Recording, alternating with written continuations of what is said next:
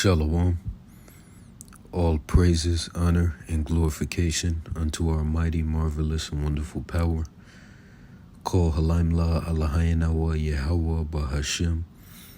Yahawashi bahasham. Rakakwadash. Double honors unto the elders and apostles of Great Millstone whom rule well, and who are great examples to our younger brethren. Salutations as well as health and wellness unto the hopeful elect of Yahawashi scattered across the earth. This is your brother Allah coming to you with another lesson, and the title of this lesson will be The Ungraspable and Unfathomable Magnitude of the Omnipotency of Lord Yahawah bahasham Yahawashi. Right? The ungraspable and unfathomable multitude of the omnipotency of Lord Yahawah bahasham Yahawashi.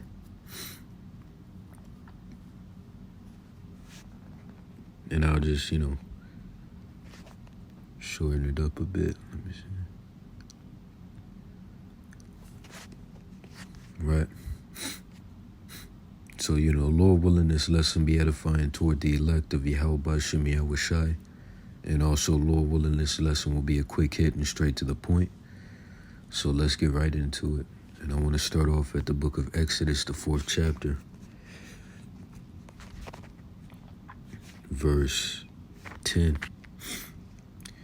And it reads, And Moses said unto the Lord, O my Lord, I am not eloquent, neither heretofore, nor since thou hast spoken unto thy servant, but I am slow of speech and of a slow tongue.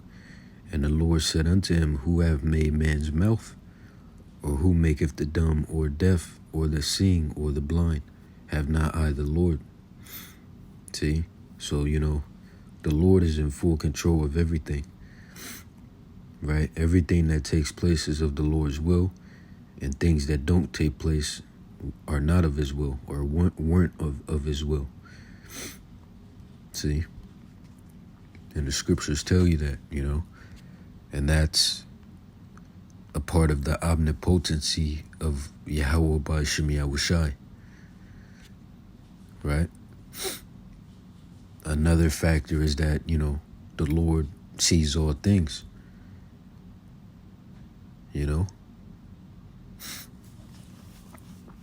So let's see, and, we can get a few scriptures regarding that too. But let me continue on to the book of Isaiah, the 45th chapter, verse 5 is where I'll start. And it reads, I am the Lord, and there is none else. There is no God beside me. I girded thee, though thou hast not known me, that they may know me, Salakia, that they may know from the rising of the sun and from the west, that there is none beside me. I am the Lord, and there is none else.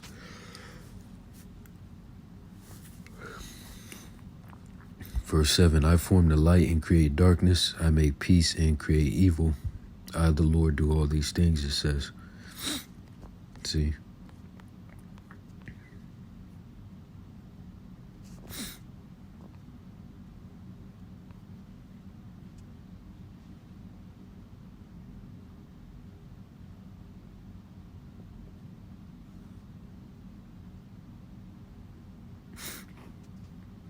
So let's see, let me get Amos 3 and 6.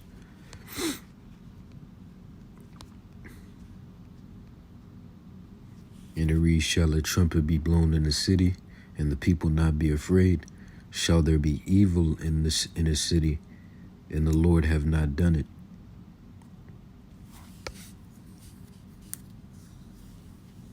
See? So the Lord is in full control, man. And that, once again, that's a part of his omnipotency. And we can look that word up, matter of fact.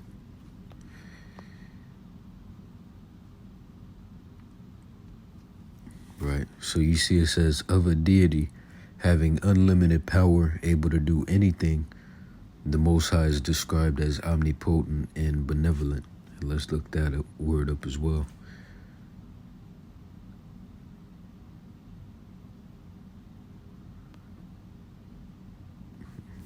Well-meaning and charitable. But the Lord, creates evil as well.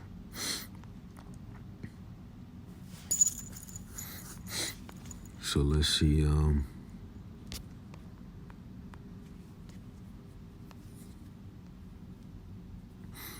Let me get Job, the 5th chapter and the 18th verse. And it reads, "For he maketh sore and bindeth up. He woundeth and his hands make whole." It's like your hold tight.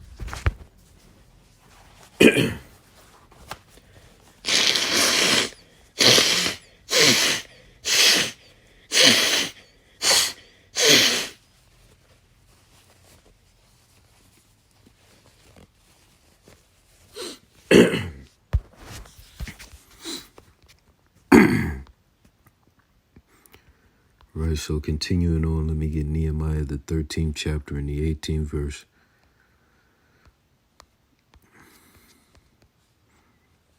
And it reads, "Deny your fathers thus, and did not our power bring all this evil upon us, and upon the city, yet ye bring more wrath upon Israel by profaning the Sabbath." And, I'm bringing this out to show, that the Lord controls evil as well. As a matter of fact, let me get this. Damn, let me see, 14 is it? So this is Ecclesiasticus 11 and 14, and it reads, "Prosperity and adversity, life and death, poverty and riches come of the Lord. Wisdom, knowledge, and understanding of the law are of the Lord. Love and the way of good works are from him." See? And containing the understanding that the Lord is in full control is a part of being spiritually minded.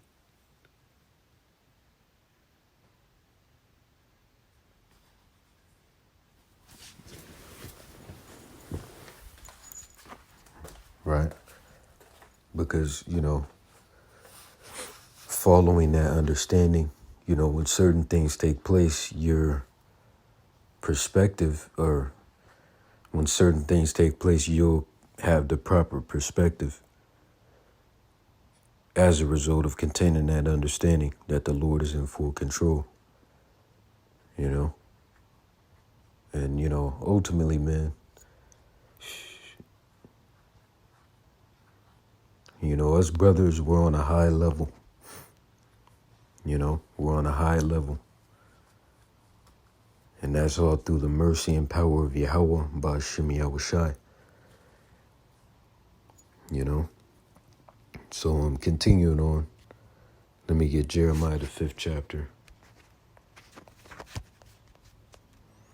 Jeremiah chapter 5 and verse 22. And it reads, "Fear ye not me, saith the Lord.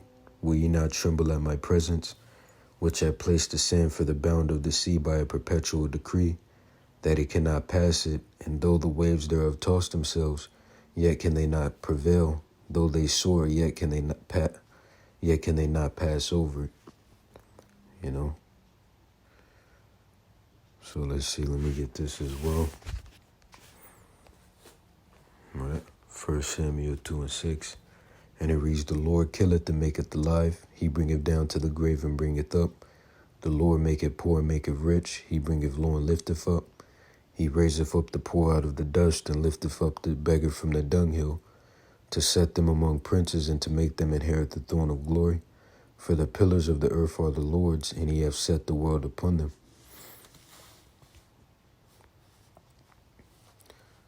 And, Lord willing, I'll close out with this. Deuteronomy, the 32nd chapter and the 39th verse. And it reads, "See now that I, even I am he, and there is no God with me. I kill and I make alive, I wound and I heal, neither is there any that can deliver out of my hand." Verse 40, "For I lift up my hand to heaven and say, I live forever." you know. So, that's pretty much the point of this lesson. Just a quick hit going into,